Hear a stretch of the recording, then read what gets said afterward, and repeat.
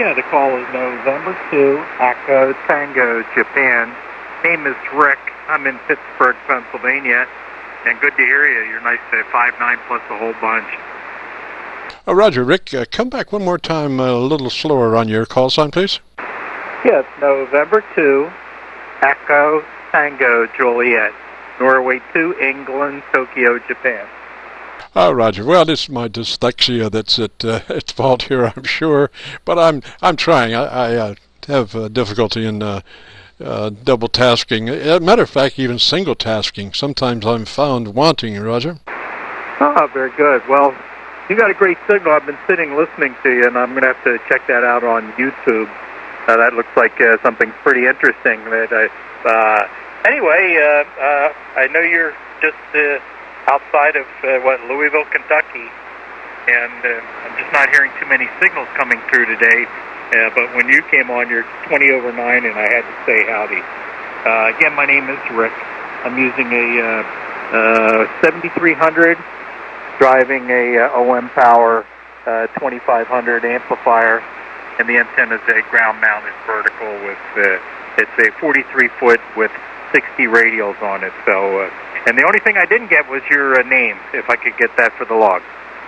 Roger, Rick, the name here is Jim, Juliet, India, Mike, and that vertical antenna is doing just beautiful. What's your power right now? Hello. Right now I'm running right at 1500 watts. Aha! That always helps a vertical. Even better, I think, than the ground planes. Well, I always heard that verticals radiate equally poorly in all directions. So I took the tri-bander down off the roof. Actually, it was 10, 15, 20, and 40 meters, and took it off the roof about 3 years ago when I was putting a new roof on. And it was on a rooftop tower, so it came down. My wife came home and looked up and said, "My goodness, look how nice that house looks without that damn helicopter up there." So I said, "Well, there's nothing out there I haven't worked, so let me just put a compromise antenna on there until I decide what I want to do." And that was 3.5 years ago, and I'm still enjoying this antenna. It amazes me at times how well it performs. Over.